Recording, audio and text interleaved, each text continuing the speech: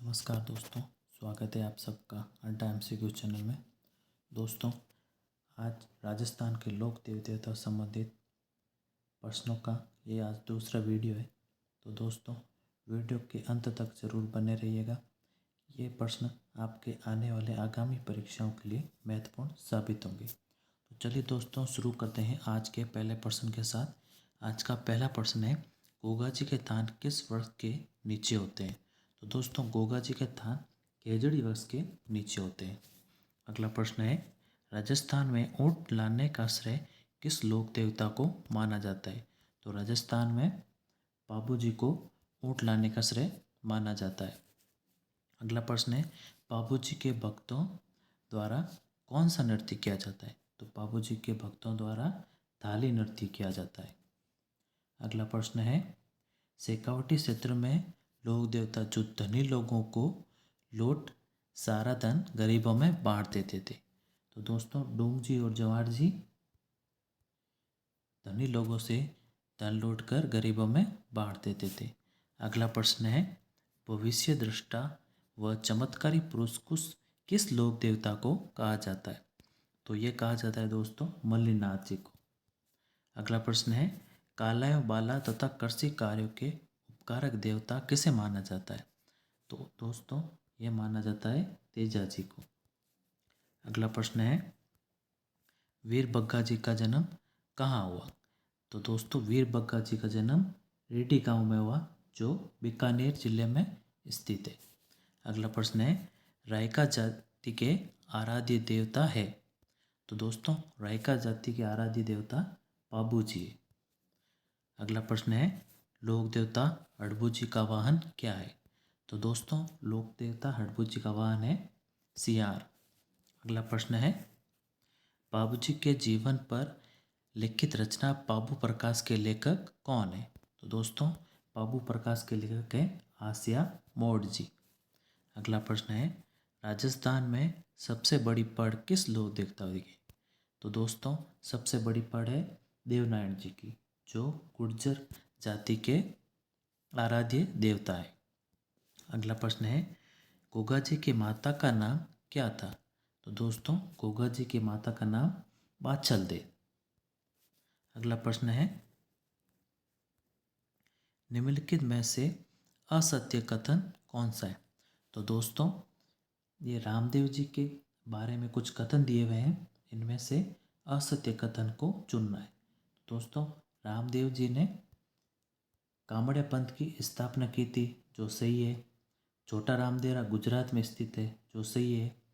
रामदेव जी का मेला भाद्रपद कृष्ण द्वितीया एकादशी तक पड़ता है। तो दोस्तों, रामदेव जी का मेला भाद्रपद कृष्ण द्वितीया को न लगकर शुक्ल द्वितीया को लगता है। तो दोस्तों, इसका उत्तर सी सही है। अगला ऑप्शन है, रामदेव जी के पगले की पूजा की जाती है, जो कि सत्य है। और जो स ऑप्शन है वो असत्य है। अगला प्रश्न है, तेजा जी के पुजारी को कहा जाता है? तो दोस्तों, तेजा जी के पुजारी को घोड़ला कहा जाता है। अगला प्रश्न है, राजस्थान के लोक देवता जिन्हें हिमाचल प्रदेश में बालकनाथ के रूप में पूजा जाता है? तो दोस्तों, रूपनाथ जी को हिमाचल प्रदेश में बालकनाथ के रूप में पूजा जाता है। अगला प्रश्न है, भारत का छोटा रामदेवरा कहा जाता है? तो दोस्तों, भारत का छोटा रामदेवरा जूनागढ़, जो कि गुजरात में स्थित है, इसे कहा जाता है। अगला प्रश्न है, लोक देवता बाबा झुंझार जी का मेला कब भरता है? दोस्तों, लोक देवता बाबा झुंझार जी का मेला भरता है रामनवमी को। अगला प्रश्न है, निम्नलिखित में से असंगत युग्म की पहचान करनी। तो दोस्तों, देवनारायण जी को विष्णु का अवतार माना जाता है। कल्ला जी को शेषनाग का अवतार, बाबू जी को लक्ष्मण का अवतार, गोगा जी को कृष्ण का अवतार नहीं माना जाता। कृष्ण का अवतार माना जाता है रामदेव जी को। अगला प्रश्न है, रामदेव जी का जन्म किस जिले में हुआ? तो दोस्तों, रामदेव जी का जन्म उड़ू कश्मीर गांव, जो कि बाड़मेर जिले में स्थित है वहाँ हुआ। अगला प्रश्न है तेजाजी का मेला कब भरता है? तो दोस्तों तेजाजी का मेला भाद्रपद शुक्ल दशमी को भरता है। और कहाँ भरता है? वो भरता है परबतसर में। परबतसर कहाँ है दोस्तों? तो परबतसर है नागौर जिले में। अगला प्रश्न है गोगा नवमी कहा जाता है?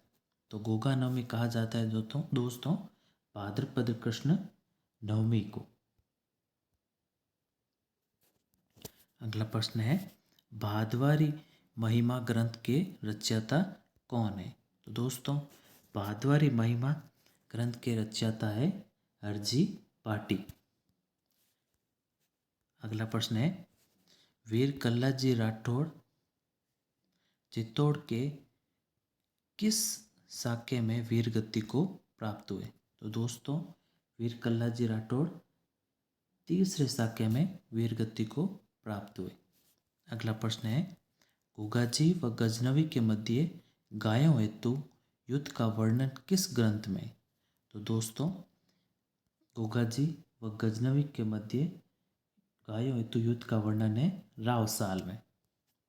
अगला प्रश्न है वह अंतिम प्रश्न देव बाबा की सवारी क्या है? तो दोस्तों देव बाबा की सवारी है भैंसा। तो धन्यवाद दोस्तों। अगर ये आपको वीडियो पसंद आया है तो इस वीडियो को लाइक करें, शेयर करें और अब्डा एमसीक्यू चैनल को सब्सक्राइब करें। तो दोस्तों मिलते हैं अगले वीडियो में। तब तक के लिए जय हिंद, वंदे मातरम।